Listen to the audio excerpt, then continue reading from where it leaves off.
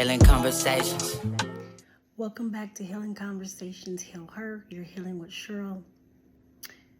So it seems like these late night videos are what's working for me right now. It seems like that's where it's coming to me, right? Because remember I talked about how I like to be more natural. Because then it comes to me, right? So I think what we need to do is, instead of me moving into part 4 and starting high school and things like that, I think we need to go back and unpack a few things that we discussed previously, right? So this one is going to be titled, What Happens in This House Stays in This House. And, you know, when you were born and you were raised as a Jehovah's Witness, that's a whole nother level, right?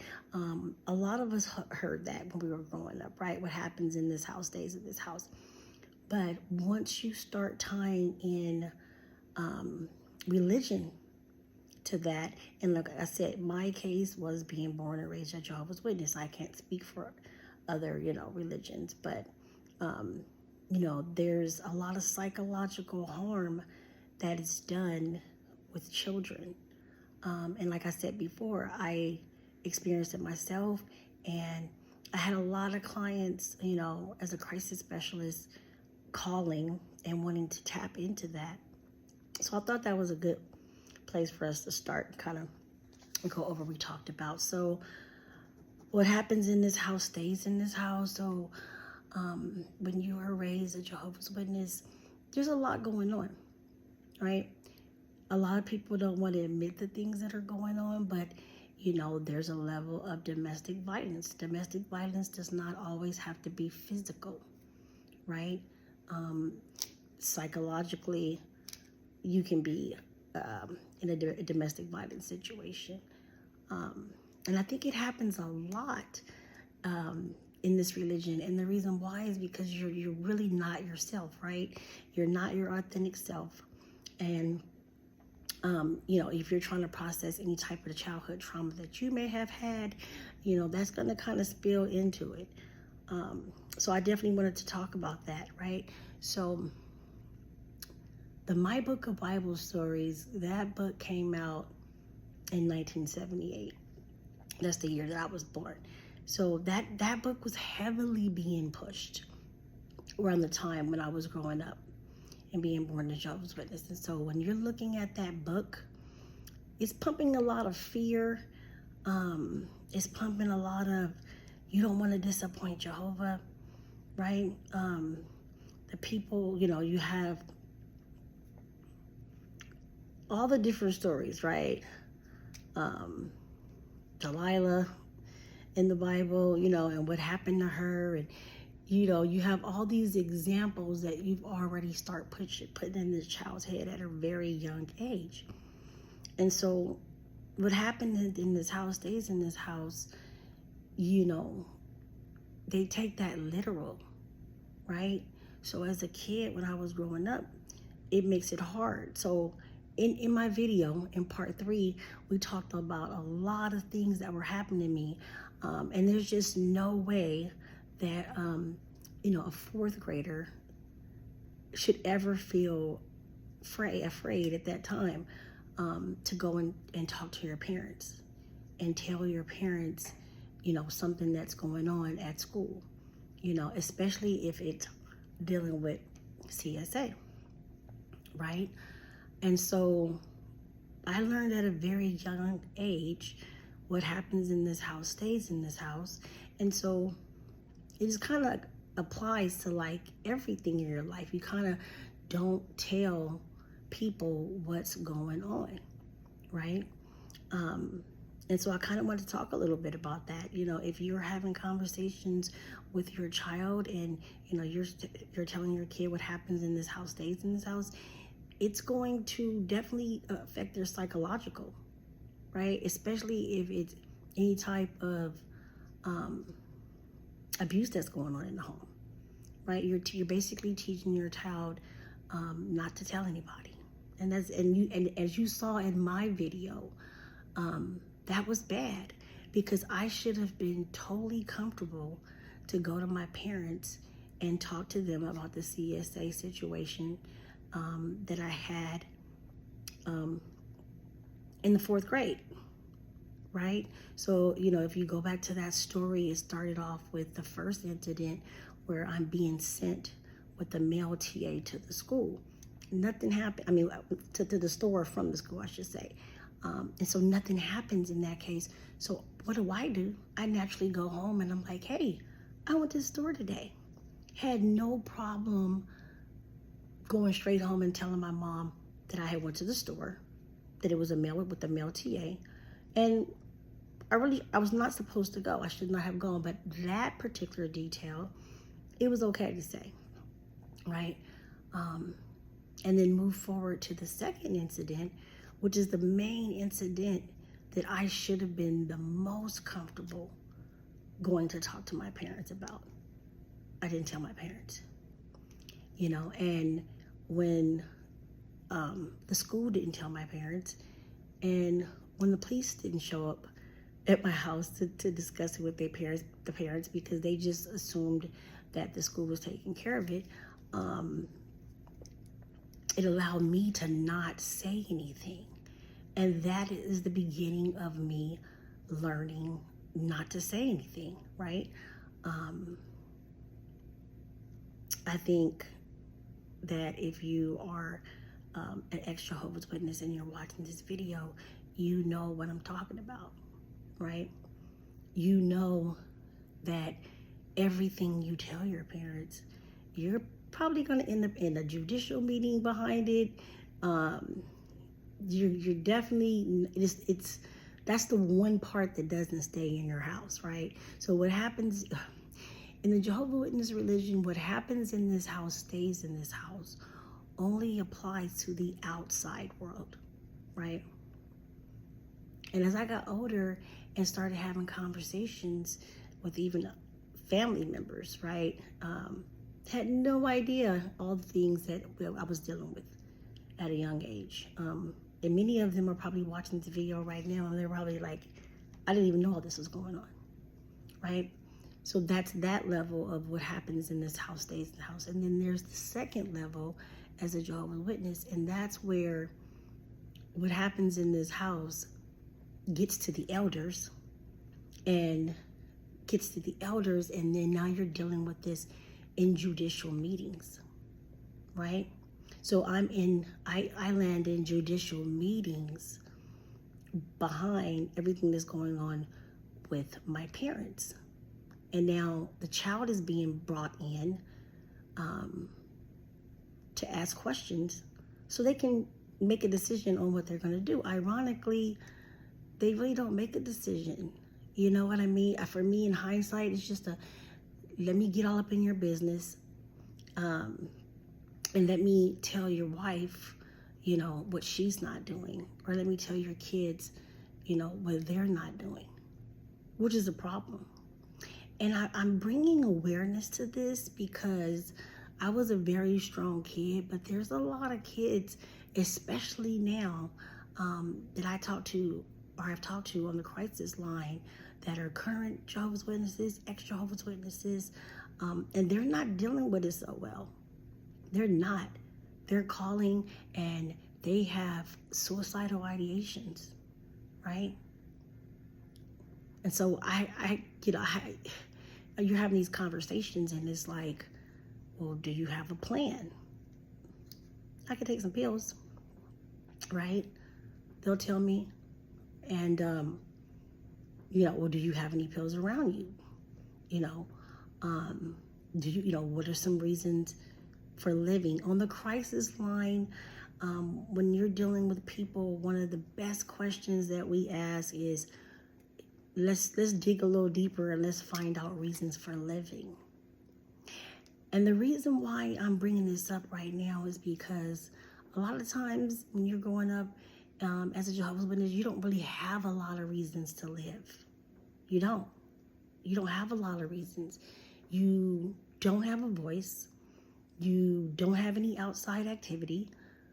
You're going to school and you're doing it just to pretty much say you passed the class, because you don't up until recently, and that's another video, right? Up until recently, you were not allowed to go to college. So when the kids will call in the crisis line, and I remember being that kid, you don't have a lot of reasons to live. And that's why we're talking about this. That's why we're having this uncomfortable, serious conversation, and we're talking about this. Because I'm seeing way too many young people unalive themselves. And it's sad, you know. And then, I don't know if you guys ever experienced, but then, you know, I had some people like on the crisis line where it happened, right? And then the brothers get up there and they give this talk, you know, about not, you know, forgiveness, and they make it very clear. They make it very clear that this person did what they did, but they don't necessarily come out and say it. And the crazy part is, your family is not allowed to grieve you the normal way, right? And we're having this conversation because, you know, it's important. You've been seeing a lot of people on Facebook bringing awareness, you know, with the teal and the purple ribbon, you know, to bring awareness, right?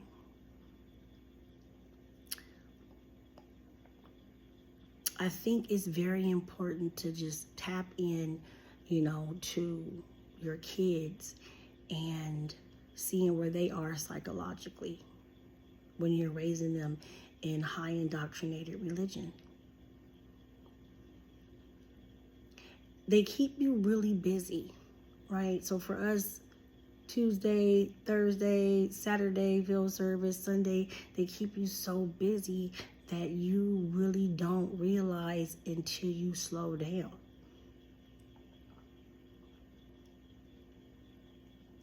And I think the saddest thing is that there's no training. You know, these judicial meetings are happening, and I'm so happy that other countries are bringing awareness to this, that this is psychological violence. Norway, they are buckling down. I'll put a link in my video for that. That this is psychological violence, you know, that's happening, and people are unaliving themselves because their families don't want to talk to them, because they're being shunned, right? It's a problem. And even though you can change the word, I think it's ironic that disfellowship and disassociation is all linked, it's all lumped together, right? So for the people that might say, okay, we want to keep the church clean, we want to keep the Kingdom Hall clean, I get it. But there's a difference between disfellowshipping a person and or asking a person to step down, right? So like, if your life isn't in order, you probably shouldn't be guiding somebody else right now. But the ironic part about it is that I can't name one brother in the congregations that we went to. And like I said, we had the congregation in Compton, we had the congregation in LA, and we had the congregation when we lived a little bit in North Long Beach. And we'll talk a little bit about that too, the differences in those congregations, right? Based on location. And so, you know, now that I'm in this field and I'm looking at it, and it's like, none of these people have the training that they need. No type of trauma-informed training to help them, right? You know, I remember in my judicial meeting, this brother was young. How is he going to be giving advice to this older married couple? He has no experience of being married and raising children, and and so that's fine. Sometimes a person could be, in the field of psychology, and they can actually be a therapist, and maybe they don't have no lived experience. That lived experience definitely helps, right? But let's say that they don't have any lived experience. They have training.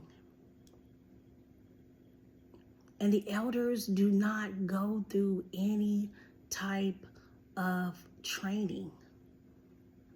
They don't have any type of training when a person comes and says, I don't want to do this anymore. It turns into making them feel even worse, right? And I remember in the crisis line, when I first started doing my training, I remember them saying, if a person wants to do it, like, there's nothing you can say to push them over the edge to make them want to do it. Like, if a person is serious about doing it, about unaliving themselves, they're going to do it. There's nothing you're going to say that's going to make it any worse, right? But in the Jehovah's Witness religion, there actually is. There actually are things that you can say to make the situation worse, right? And, I'll talk a little bit more about that as time goes by. But I definitely wanted to do a little quick video to tap into the psychological violence, awareness, abuse, so many words that we can use, trauma, that happens when you decide to leave this organization. No one should have to lose their whole family. No mother. I'm so grateful that my grandmother had the strong personality that she had, right? She had a lot of Jehovah's Witness friends. And they would come by and they would have studies with her, but she just would always tell me, like, no, I could not become a Jehovah's Witness. Why? Because of the things that I saw, the way, things were handled. No mother should have elders come to her home and say, your son can't be here, your child can't be here. And even though I know that now they're trying to say that, we don't do that as much and things like that, but no, it's actually, it's been done for so long, like, you can't just undo it, right? You're not going to go to the Kingdom Hall on a Sunday and they're going to have a conversation about maybe you should distance yourself away from your family. That's not a Sunday conversation to have, right? Think about it when you go to church. When you go to church, the topics that you guys are discussing, they're like the main topics that everyone wants to talk about in church, right? So it's the same way at the Kingdom Hall. On Sunday, you invite people. And on Sunday, just think about it. If you've never been to the Kingdom Hall and you get invited and you show up on a Sunday, and the topic is why you should not spend so much time with your family that are not Jehovah's Witnesses. You think you're going to come back the next Sunday? No, you're not going to come back the next Sunday. And there's a reason why that topic does not come up on Sundays. On Sundays, you're inviting people and you're having, a conversation of, maybe do you know God's name, right? You could be having a conversation just on the importance of marriage, the importance of family, right? The importance of putting God first. Normal things that you would have on a Sunday when you go to church, right? But as you start going back more and you start going in like that midweek meeting, that's when you start having those implied conversations, right? And so every so often there's this conversation that comes up and it says, are you spiritually weak? If you are continuing to do things with your family that are not Jehovah's Witnesses, you are considered to be spiritually weak. If your family member decides that they don't want to be a Jehovah's Witness anymore, they could have not committed a gross sin. And I had somebody on Facebook unfriend me. I had a childhood friend unfriend me because I made that statement. And this person was like, oh, you have to commit a gross sin. No, you don't. And if you don't know what I'm talking about, then that's probably a good thing because, maybe you haven't been in the back in those judicial meetings. But if you've ever been in the back in those judicial meetings, then you know that it's not just about committing a gross sin. Okay? So, when my job started taking on CSA cases, I got hit with the hard reality of all these different cases. And then, you get to digging and you get to finding out all these other religious organizations that have the same problem.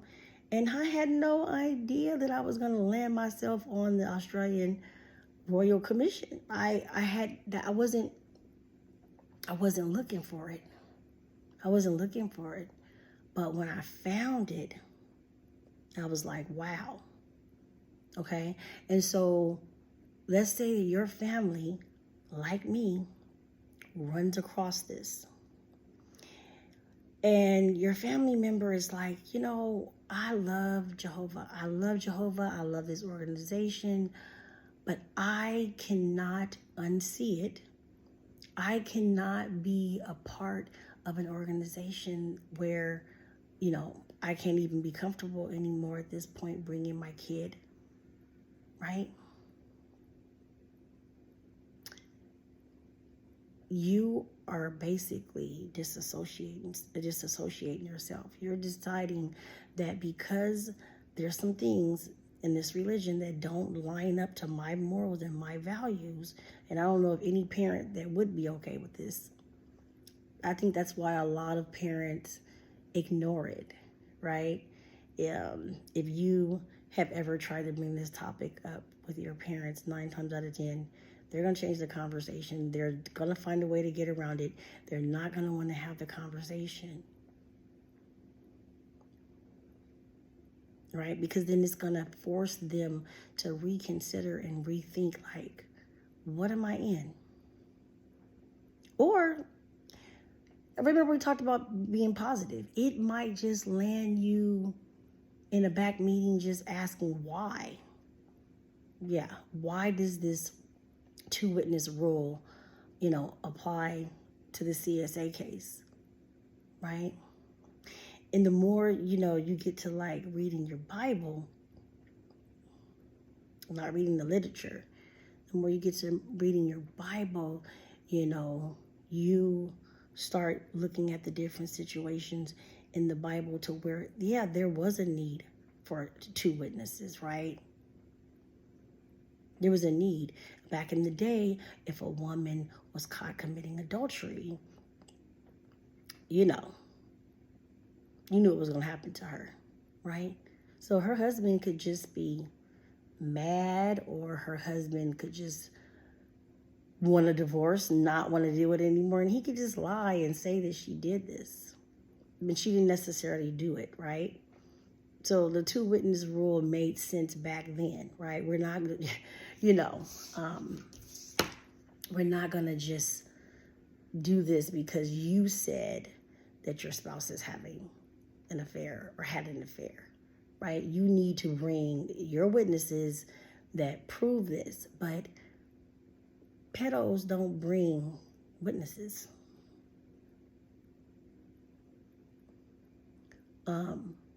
And so I think that this is an important video that needs to happen, because if you are in this organization, then you need to consider who you're leaving your children around, right?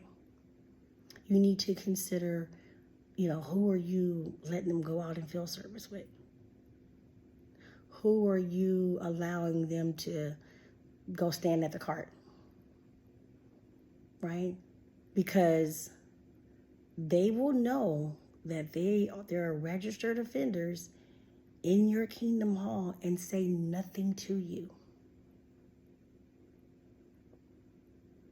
right? Your child could be close friends with brother so-and-so's child, and you can be allowing your kid to go over there not knowing that this person is on the list. Or maybe they're not even on the list, right? Maybe they haven't, they haven't been convicted. But that as the elders, that you've been in a judicial meeting with these brothers. And that you've been instructed to follow brother so-and-so to the bathroom. Don't let brother so-and-so be unattended with children.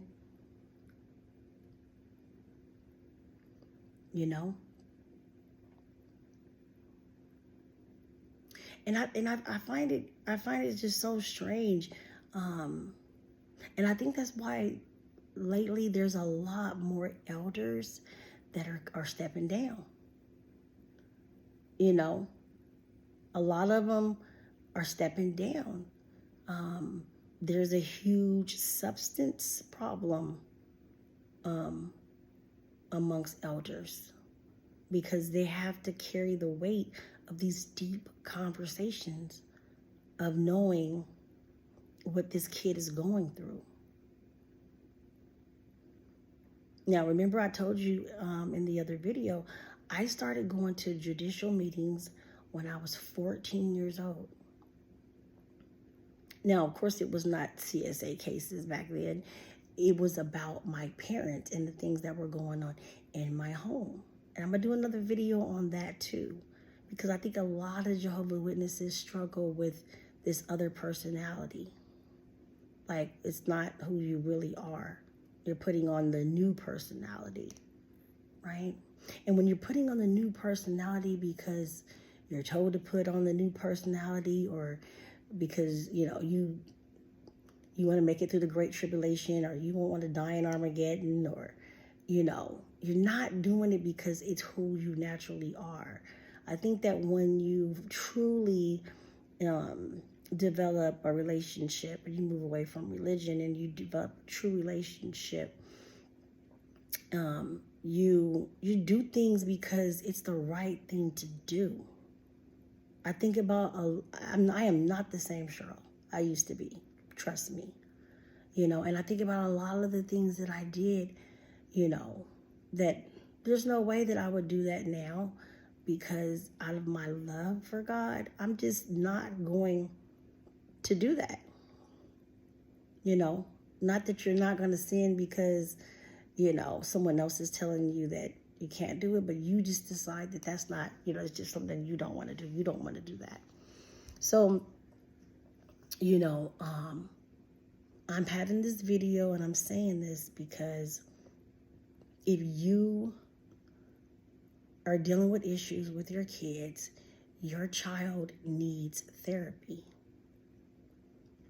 You need therapy and your child needs therapy, and you need to understand and recognize that you are not dealing with elders or people in the congregation that are trauma informed, that are trained, to have these uncomfortable conversations. There's a lot of people that are going to just go over this video right now because, they don't want to talk about it. What happens in this house stays in this house. But it's an important conversation, right?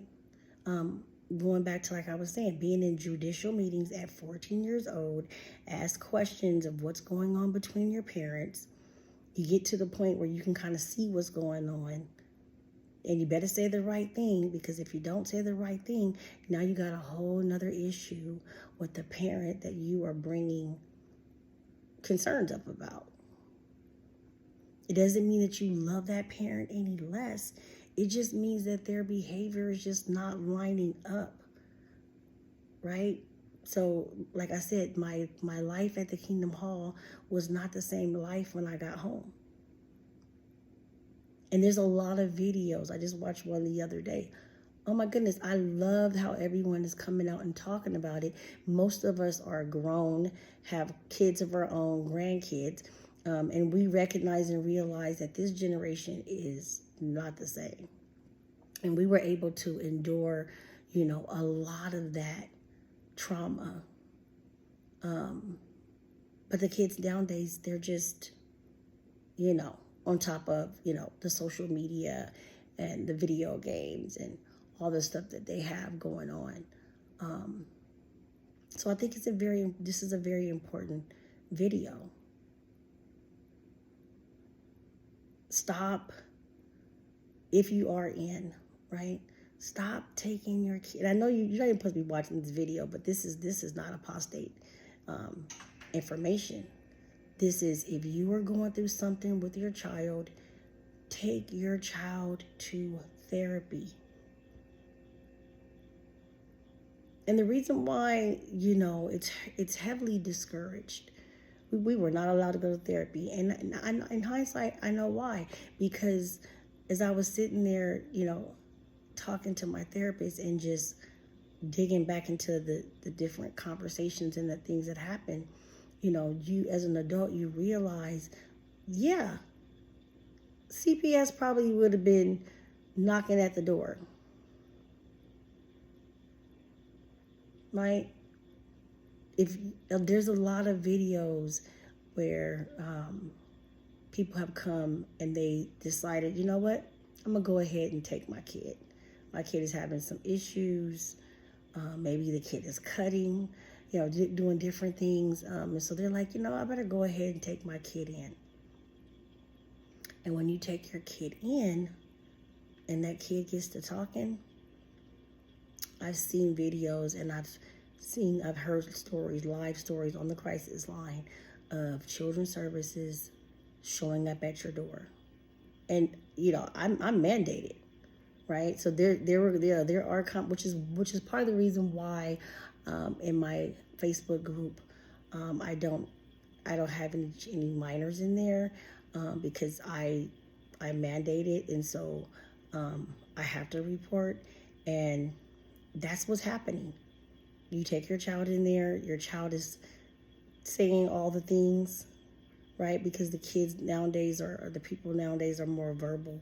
And so the next thing you know, so that's why, I believe a lot of witnesses don't are discouraged from counseling, because your counselor is going to keep it real as long as you keep it real. But once again, going back to the title of this video, what happens in this house stays in this house. If you keep that same mindset, then you're not going to know. No one's going to know.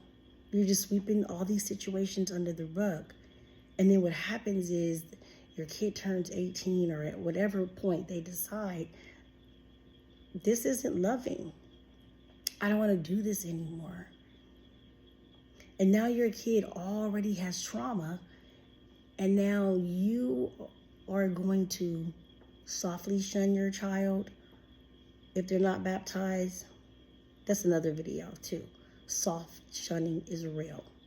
When you are raised a Jehovah's Witness, you have accurate knowledge.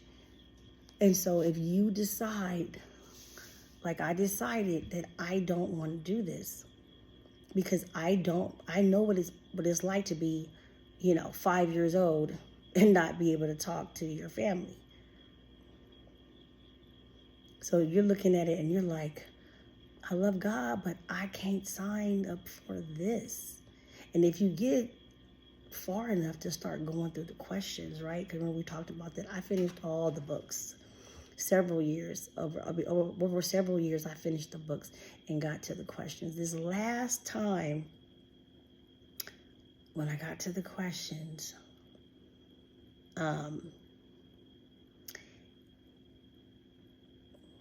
you get to this question and it's like, do you believe that the governing body is God's, I don't remember the exact wording, but basically the voice of God?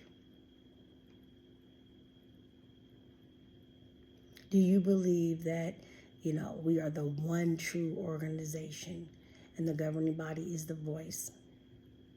And if you can't say yes to that question, then you ain't passing the baptism questions, which is actually a good thing, right? It's a good thing that I got to those questions several times in the course of my years of stopping and going, because every time something happens, 9/11 happens, or this is happening, right? You're running back. You lose your job, something, family members have died, because you've been conditioned ever since you was a kid, you go running back. So I'm going to go ahead and wrap this video up, and just, if you are a ex-Jehovah's Witness and you are struggling, go get therapy. Go get therapy. There's an EAP program that most employers have. So check with your HR department and find out, does your company have an EAP program? What this is maybe a certain amount of sessions per year. So maybe you're not getting, the therapy where you're going like I did. I was going every week, right? I would see my trauma therapist once a week, or trauma religious. Then I would see my individual who worked with me, and they, worked with my husband as well, to help get through that, because this is going to bring some baggage into your marriage if it hasn't already, and you're watching this video. So you have to really tap into doing the work. And I know that the biggest complaint that I saw in the crisis line was not having insurance, right? And so I would tell my clients, if you don't have insurance, right, even with part-time jobs, there's a lot of part-time jobs that, retail jobs, there's a lot of them where they will basically have this EAP program, and it's going to give you like a set amount of therapy. So you might only get like 6 sessions in a year, 4 sessions in a year. It's better than no sessions, right? And make sure you're getting into the positive XJW groups. Make sure you're getting into groups that are not trauma bonding, where that's what the whole group is about. We're just trauma bonding over what we went through in the organization, and nobody's trying to move forward, right? So yeah, that's what this video is about. What happens in this house stays in this house. What happens in those judicial meetings stays in those judicial meetings. No, if there is a CSA, no law enforcement is contacted, right? If you are the type of parent where you want to contact law enforcement, you got to be worried about, you might get disfellowshipped, because you're not leaving this in Jehovah's hands. You are taking this matter into your own hands. And that's not taking it into your own hands where you're trying to do something to this person yourself. You're going to law enforcement and you're saying that this incident happened while either in the home of a Jehovah's Witness, at the congregation, or wherever it's happened. It's several places, right? or even in your own home, or whatever the case may be, right? And so when you're having these conversations and you're being discouraged about talking to other people about it, you can't go to therapy, right? So now you've had this CSA experience, you've gone into this judicial meeting, no law enforcement is getting called, and you're made to be the bad person or the bad parent if you want to say something or do something. And let's just say that you decide, I'm just going to just stop going. This happened to my kid. Someone tried to be inappropriate with my kid, but fortunately, nothing serious happened, right? Maybe they just said something that's inappropriate to your child.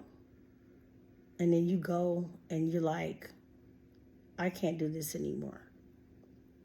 So you disassociate yourself and you write a letter and you say, due to the practices of the two witness rule and CSA, I no longer will be attending, or I no longer want to be a Jehovah's Witness.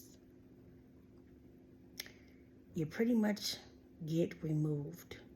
So it's no longer disfellowshipped. It's now removed. They don't get up there and say that you removed yourself, which is a whole nother problem, right? It'd be different if they got up there and said, oh, this person removed themselves.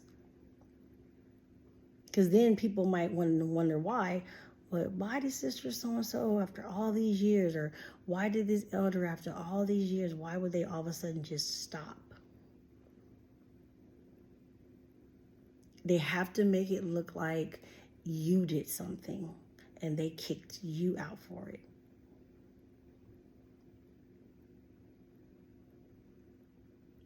So if you are out there and you are a Jehovah's Witness and you're watching this video and you have an adult child, right? Because your baby's going to always be your baby.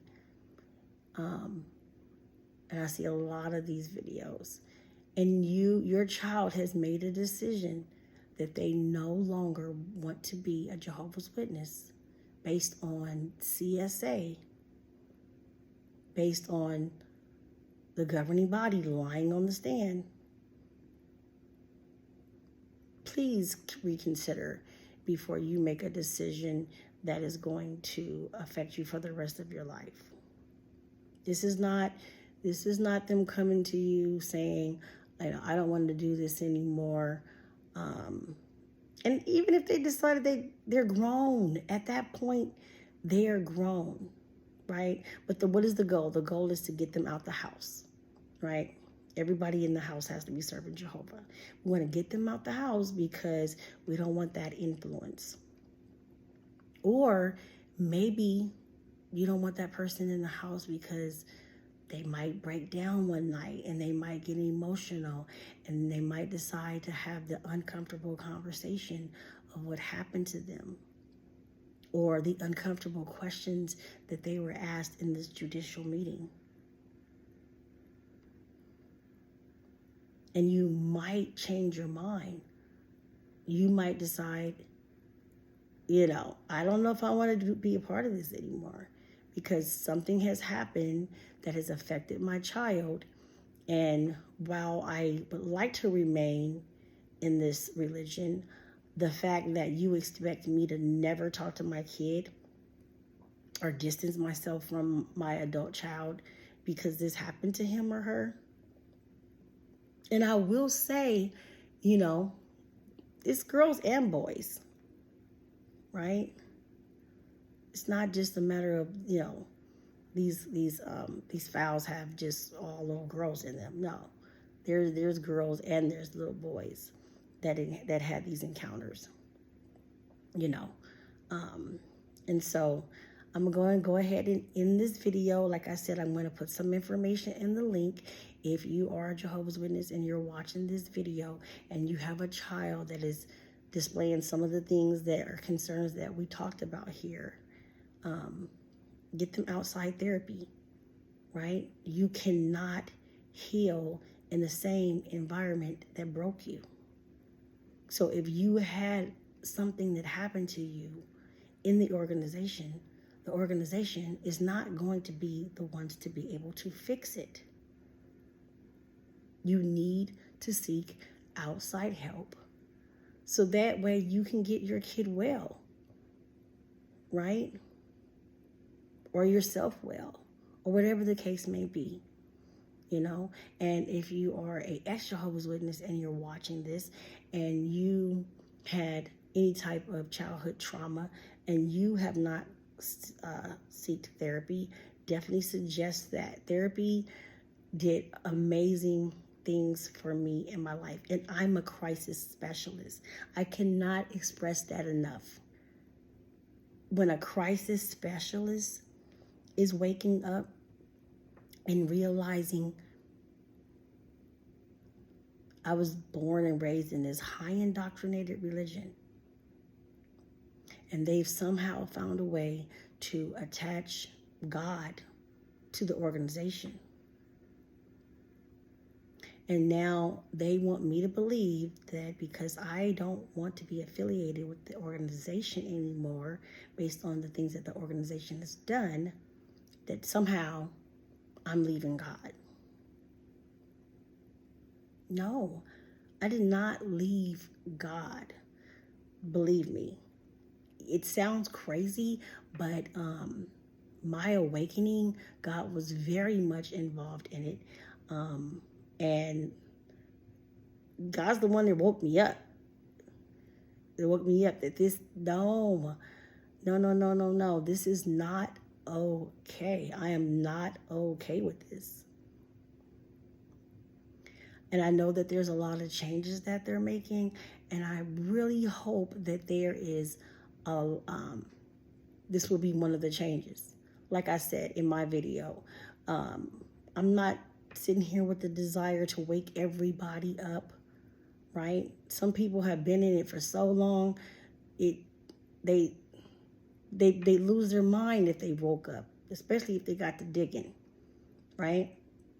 So what I'm saying is that if you're going to be in it, right, protect your mental, protect your child's mental, and don't put that pressure on your minor child to get baptized knowing their frontal lobe is not even fully developed until they're 25, right? What you want at 25 is not what you want at 16. They, do not encourage your child to get baptized knowing that you are going to possibly put them in a position to never be able to talk to you again. I don't think the parents would, because I see it a lot. I saw it a lot. Parents saying, oh, I'm just so happy that so-and-so, 12 years old got baptized. I don't think that they understand that this is a great thing. It sounds like a great thing right now, but when little Johnny grows up and he doesn't want to do this anymore, you're never going to be able to talk to him if you stay in. You're not going to be able to see your grandkids grow up,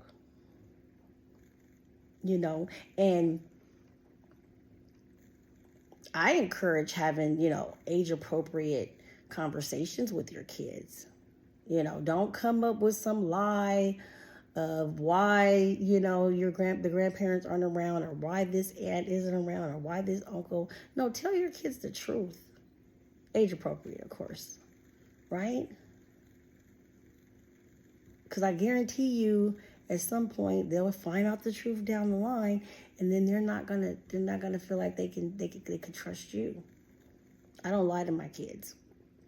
So my kids are very aware of the trauma that I experienced in this religion. They got a chance to actually see it for their own two eyes over this last year and a half of me waking up. Oh wow, it must be 2 years. Time is going. But it took me this long to be able to speak out, right? And when it gets to the point where you're seeing other people's lives affected, you're just like, no.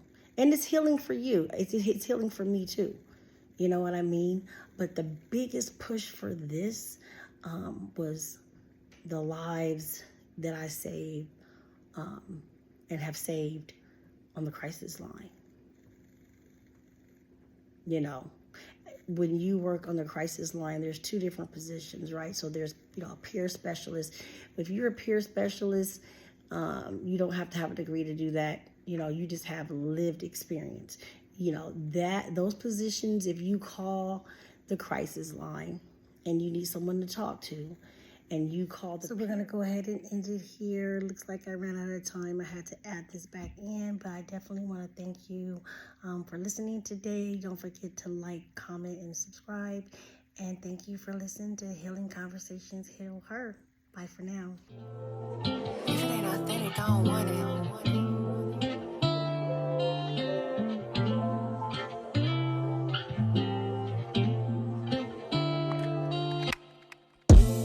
Healing Conversations.